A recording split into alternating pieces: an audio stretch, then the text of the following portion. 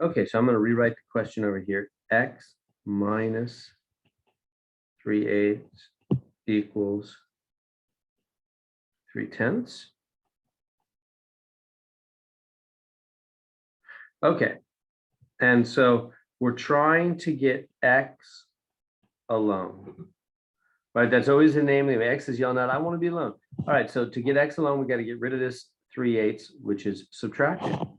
And so to do that, we're going to have to add 3/8, right? So we always do the opposite. The opposite of a subtracted 3/8 is an added 3/8. So I'm going to add 3/8 to both sides. And so bring this down, so we get the X alone. It's 3/10. Now, the big question is how do we add 3/10 and 3/8? Can I just add the top with the top? That'd be 6, and the bottom with the bottom, 18. Is that correct?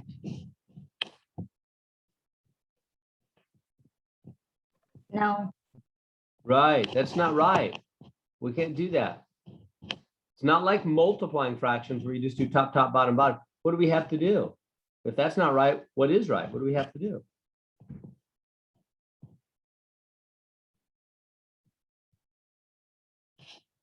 What do we have to do when we add fractions? You have to make the bottom the same. Yeah, good, good. We have to make the bottoms the same. Let me write it over here as a reminder. Whenever you're adding, subtracting fractions, we must make denoms the same. We must make denoms the same. Let's write same here. By, and how do we make them the same? Multiplying top and bottom by the other denominator, huh? So in other words, I'm going to go 8 top and bottom of this one, 10 top and bottom of that one. Does everybody make sense out of that? So I took this 8 and he went over here, this 10 and he went over there. So I multiplied by the other denominator. Now, some of you guys who maybe have some more experience with fractions probably know that there, you might say, Mr. Hayden, you're going to make that 80. We could do it by just making them 40. 8 and 10 actually go into 40. You're right. And if you want to do that, that's going to work even better. If you know all about that, great. Go ahead and do that. You're right. That'll make the numbers even lower and easier. But I've just found this is easier for most students just to do the other denominator. This will work also, and it's a little simpler. But I'm just letting you know, if you already know, you can just make them 40. Go ahead and do that. That'll work. But I'm just going to do it this way because I just found it simpler for students.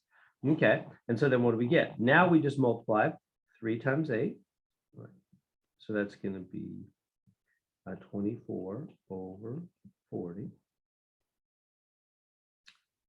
plus, and 3 times 10, what's that? 30. Oh, did I say 40? Should have been 80 in the bottom. What am I doing? Losing my brain. Try again. Okay, we get 24 over 80 plus 30 over 80. See how the denominators are the same now?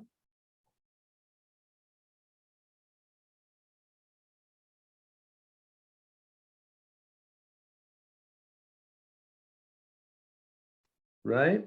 That was the name of the game, to make the two denominators the same.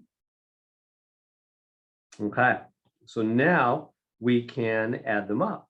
So if you add them up now they're both 80 on the bottom. And so we just do that. And then now we can add 24 and 30. What's that? 64? No, I'm adding badly to this morning. It's 54. 54. That makes sense. So whenever you add fractions or subtract them, you have to make the denominators the same. That's not the case with multiplying. When you multiply, you just multiply straight, top, bottom, and you're allowed to cross cancel.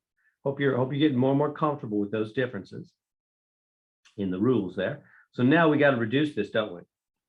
All fractions must be reduced. Divide by 2, top and bottom. And so we get, what's that going to be?